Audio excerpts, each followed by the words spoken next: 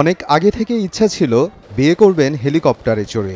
অবশেষে সেই ইচ্ছা বাস্তবে রূপ দিলেন সৌদি প্রবাসী যুবক। এদিকে হেলিকপ্টারে চড়ে বিয়ের ঘটনাটি নিয়ে দেখা গেছে উৎসুক গ্রামবাসীর ভিড়।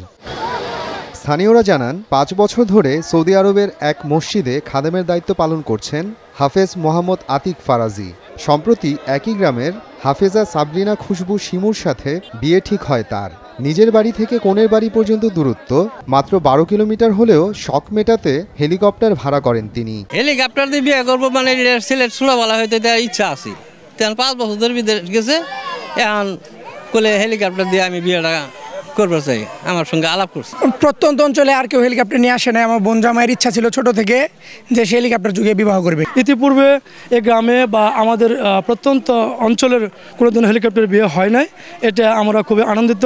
আলহামদুলিল্লাহ, আল্লাহর কাছে লাখ কোটি শুকরিয়া যে আল্লাহ জাল্লা শানু আমার এই স্বপ্নকে কবুল করছে। এদিকে ব্যতিক্রমী এ বিয়ে উপলক্ষে কনের বাড়িতে আয়োজন করা হয় প্রায় ২,০০০ মানুষের খাবার। আত্মীয় স্বজন, এলাকাবাসী ও আশেপাশে গ্রামের মানুষজন মুগ্ধ হয়েছেন এমন আয়োজন দেখে। এরকম প্রথম হেলিকপ্টারে বিয়ে আসছে।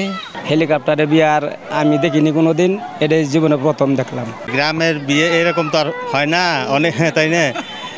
অনেক লোকজন হয়েছে, আনন্দই আলাদা।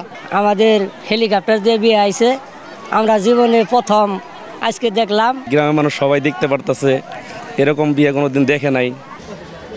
প্রবাসী আতিক ফারাজি জামালপুরের ইসলামপুর উপজেলার চর পুটিমারি ইউনিয়নের ৪ নং চর ডিগ্রিচর গ্রামের মোহাম্মদ আব্দুল মজিদ ফারাজির ছেলে।